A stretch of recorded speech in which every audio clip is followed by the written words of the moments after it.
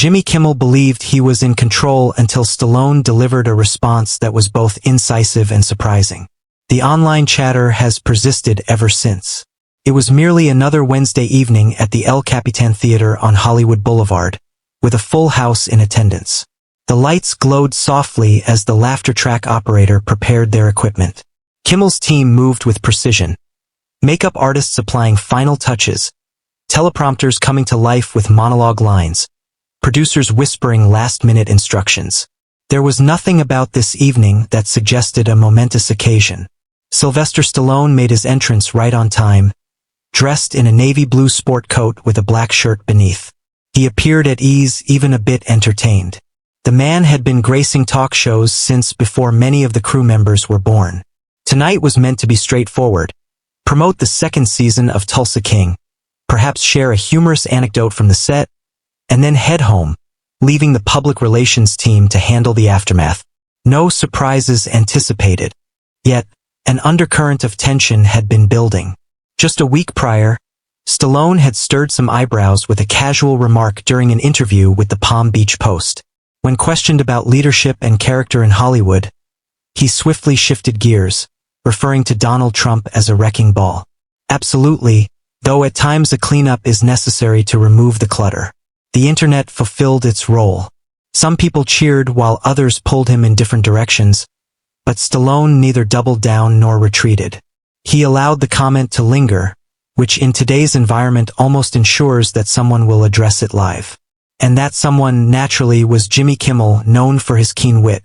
He navigates conversations cautiously with most guests, yet isn't hesitant to poke fun at those who spark debate, particularly when politics come into play.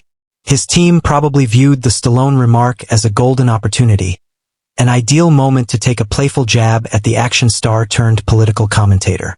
After all, Kimmel had previously targeted Trump supporters and celebrities alike. Why change the approach now? Backstage, Stallone sipped water and exchanged a few lighthearted quips with the hairstylist. It was clear he had been through this routine countless times, but there was something about his smile that didn't quite reach his eyes. Not this evening. He wasn't anxious. He was prepared, and there's a distinction. The show commenced right on schedule. Kimmel delivered his typical monologue filled with topical humor and jabs at tech moguls, referencing a recent Hollywood divorce. Then came the moment of transition. Ladies and gentlemen, my next guest is the man who made boxing gloves stylish, who faced off against Russia during the Cold War, and who seemingly believes Donald Trump is akin to Abraham Lincoln. Please welcome Sylvester Stallone. Some in the audience chuckled, while others appeared taken aback. Stallone entered the stage with a broad smile, waving to the crowd. He greeted Kimmel with a handshake and settled into his seat. Without delay, Kimmel leaned in, a mischievous grin on his face, and remarked, "So sly, Trump, huh?" It seems that Rocky endured a few too many blows to the head, eliciting laughter and applause, though not from all. Stallone regarded him, neither angry nor offended, just remaining silent. The camera captured a brief glimmer in his eyes, a mix of acknowledgement and acceptance. "Let's see what you've got." He tilted his head slightly and smiled. "Yeah, maybe," he said, pausing just long enough to pull the rug out from under the room's laughter.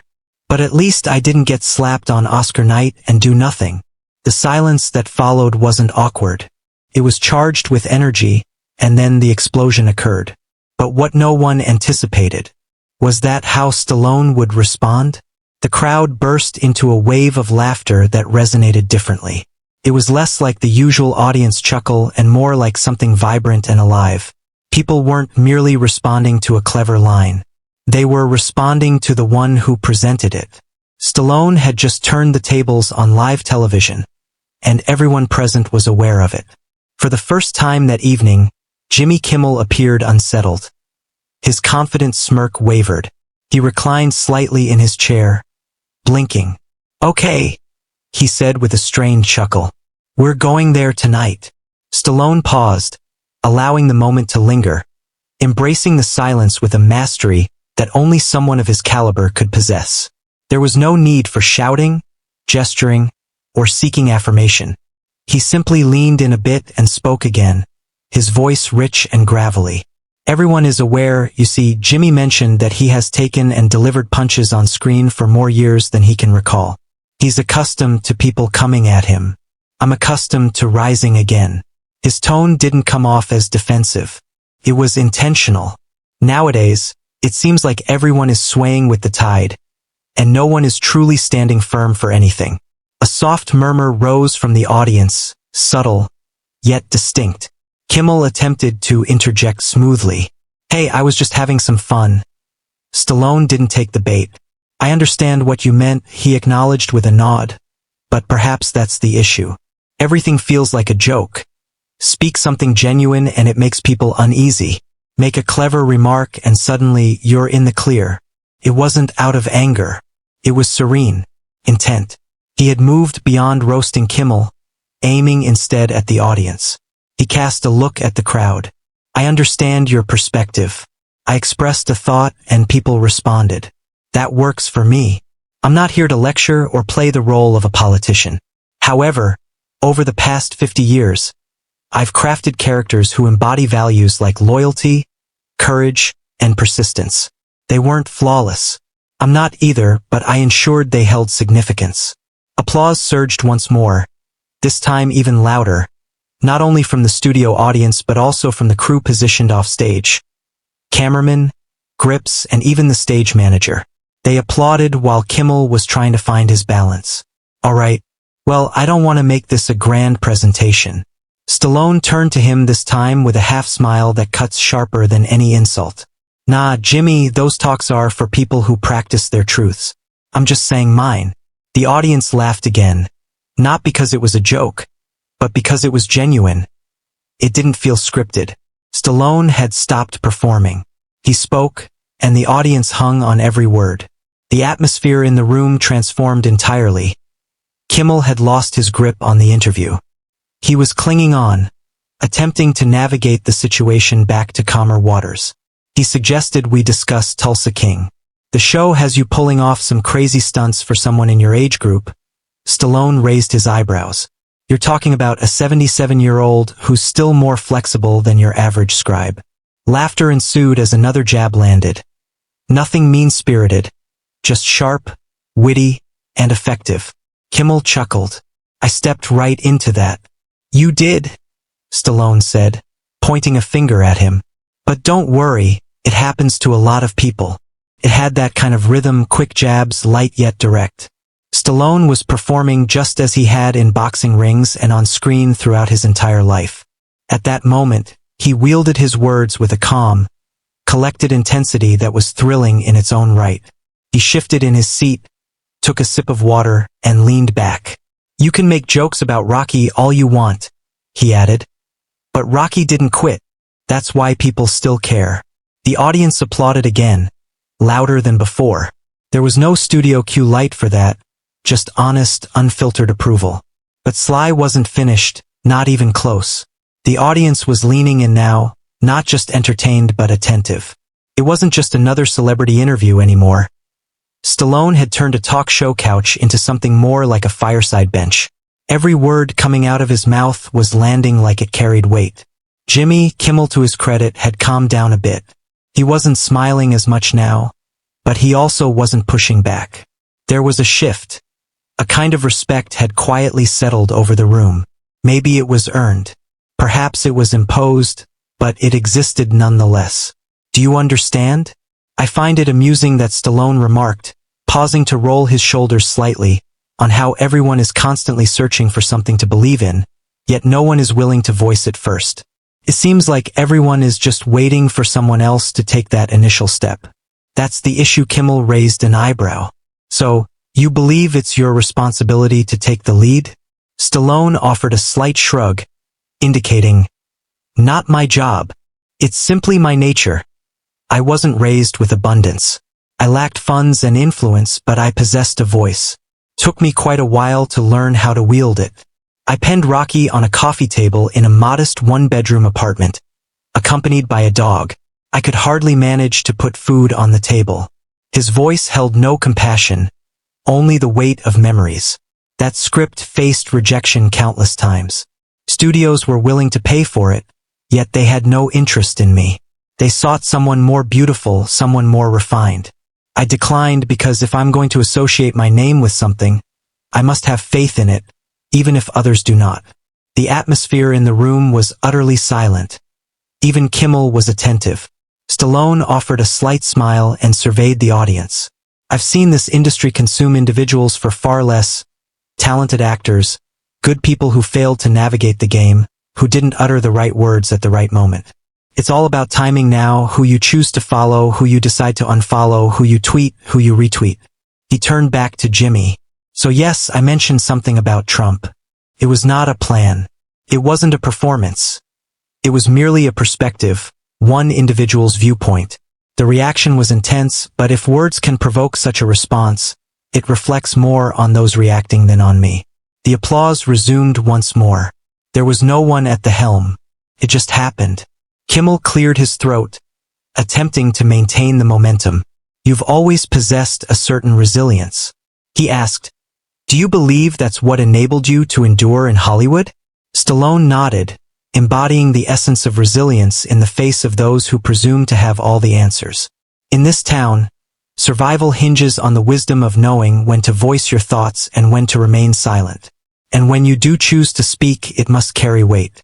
He paused, leaning in once more. The truth is, Jimmy, I'm not aiming to be correct. I'm simply aiming for authenticity. That's what resonates with people. That's what endures. There it was again, that moment of silence, that tranquility. He allowed his words to linger, fully aware. Indeed, they would extend their reach in that manner. You aren't obligated to concur with all my statements, Stallone remarked, his tone gentler now. Yet, you understand my sincerity, which is a rarity in this industry. Kimmel offered a brief nod. He had given up on being the witty host. He was just the guy sitting across from Stallone, realizing the conversation had become something bigger than both of them. A young woman in the front row clapped first, others joined, and seconds later Stallone smiled, gave a small wave, then settled back into his chair again. Let's talk about the new season of Tulsa King, Kimmel finally said, carefully easing into the original purpose of the interview. But even as they shifted topics, everyone watching knew the real moment had already happened. But Kimmel tried to steer the conversation away, hoping to regain control. Kimmel smiled, but it didn't quite hit his eyes. He was back in host mode, trying to smooth the energy and keep the show moving. So Sly, you ever think about running for office? I mean, the way you're talking, you've got half the country ready to vote for you already. It was meant as a joke, a soft jab to lighten the mood, but it opened the door just enough. Stallone tilted his head slightly, like he was measuring how much of himself to give. He let a few beats pass before replying, only if I get to debate you first, he said deadpan. The audience exploded again.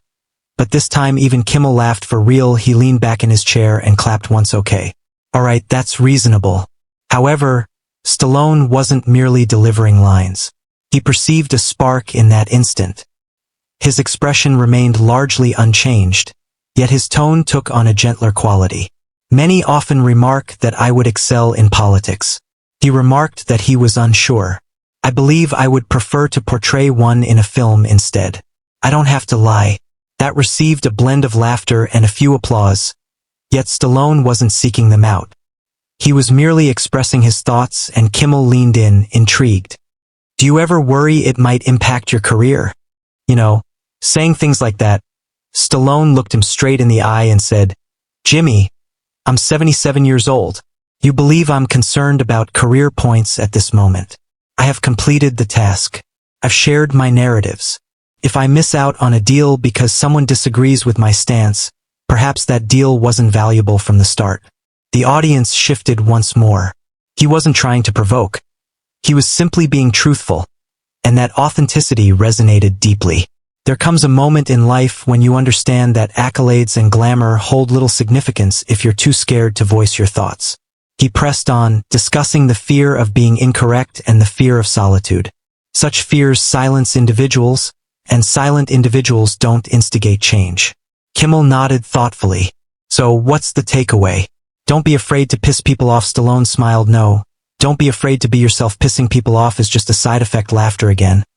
But this time it came with clapping, the kind that said, yeah, that makes sense. In social media it was already on fire. Clips of Stallone's one-liners, the Oscar slap joke, the debate you first moment, they were already circulating across TikTok, YouTube, X, and Facebook. Different angles, subtitles, even remixes. People weren't just watching, they were reacting.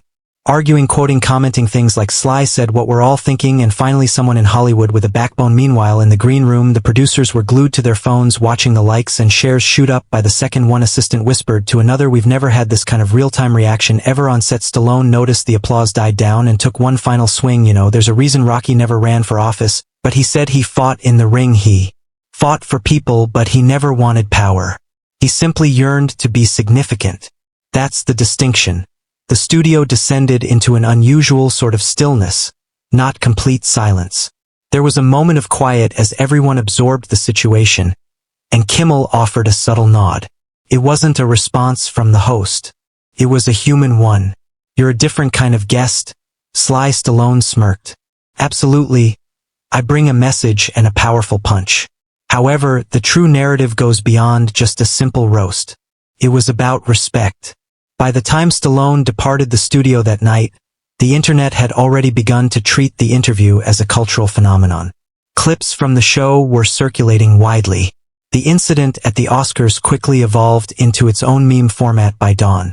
The initial moments sparked a heated discussion, becoming a trending soundbite on TikTok. Twitter, or X as it's now known, transformed into a battleground filled with quotes, arguments, and praise. Reactions were not merely surface level. People were genuinely feeling something, regardless of their stance on Stallone. There was an undeniable clarity in how he conducted himself, calm and purposeful. No shouting, no forced laughter, no desperate need for approval. Just a man who spoke with conviction and eloquence. Entertainment media reveled in the aftermath. Variety headlined Stallone's silencing of Kimmel with a brutal yet brilliant comeback, while Deadline hailed it as the most authentic moment in late-night television in years. Even those outlets that typically shied away from political discourse felt compelled to cover it, as this was not merely a political statement. It was about presence, a sentiment echoed widely online, not about Stallone dominating Kimmel or going off on a tangent. It went beyond the surface. He managed it well. In Nashville, a local radio host kicked off his show with an analysis of the interview. In Bakersfield, a quaint barbershop played the clip on loop for anyone who entered. At a community center in Mesa, Arizona, two retired veterans were heard discussing how he continues to champion important causes, albeit in a different arena now. There were dissenters. Naturally, a handful of commentators threw some barbs. Certain late-night rivals made offhand comments, accusing Stallone of injecting politics into an inappropriate space. Yet, those criticisms were overshadowed, not due to universal agreement with Stallone's every statement, but rather because of the respect garnered for his approach to the situation. There was no need for a contrite tour, no public relations backpedaling. His team refrained from issuing statements or corrections. Stallone chose silence, allowing the moment to resonate on its own. In that quietude, the audience filled in the gaps. He wasn't aiming for edginess. He wasn't taking a stand.